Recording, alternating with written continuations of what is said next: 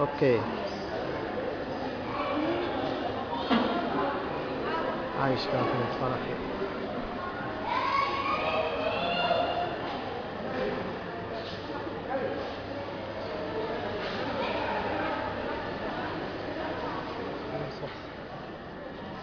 مش علاش حصل. جيت مؤخرا انت حتى جيت متأخر شوية؟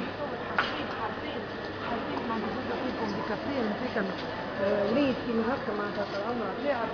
والله اللي تشوف فيه تواك هنا من الساعة من 5 المجموعة تستنى هنا، دبشنا ملوح كل شيء مفيش، ومن 7 واحنا تقريبا نصف الليل، واحنا في حالة يرثى لها قسما عظما ما تدخلش علينا، ما احناش في بلاد تونس.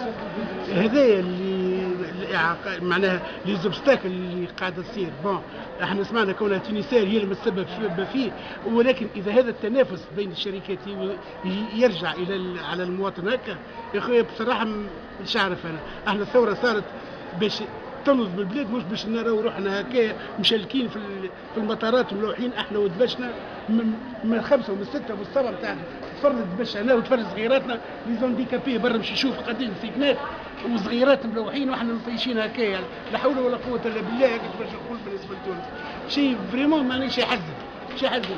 الوليدات غادا وكي تفرج على الهانديكابي نفيش غاديكا من 5 نتاع العشية نطيش نستنى. هذا والله العظيم شيء ما تقولش علينا ما احناش في بلاد تونسية. إذا هذه معناها التونسير الوطنية وتحكي بالوطنية، مانيش عارف الوطنية هذه وين هي. راك تشوف فينا صغار حتى ماكلتنا ما نجمش ناكل. امشي اعمل دوره وتفرج. التسجيل ما ثم حتى تحت المطار.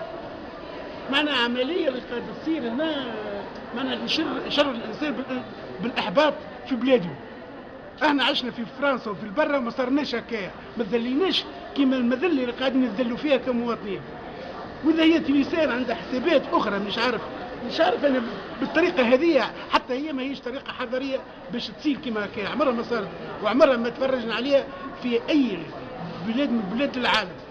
بصراحة شي حزن والله العظيم. تفرج صغيرات كيفاش الناس كلها تفرج الصغار. دبشنا من 7 راهم مطيشين هنا، تو نصف الليل واش احنا مطيشين عليها.